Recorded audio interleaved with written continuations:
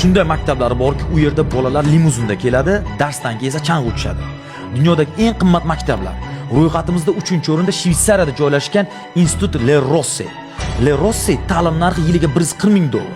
U yerda o'qiganlar keyinchalik dunyo rahbarlari, moliyachilar yoki yirik biznesmenlar bo'lishadi. 2-o'rinda esa College Alton International Beausoleil.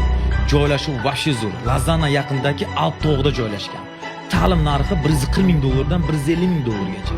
U maktabni tugatganlar odatda Oxford, Stanford va Harvardga kirib o'qishadi.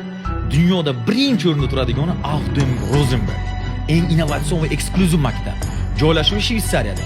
NASA, Tesla, Apple texnologiyalari sinfxonasida realni ko'rsatib beradi. Har bir bolaga shaxsiy life coach, ya'ni hayot murabbiyi beriladi.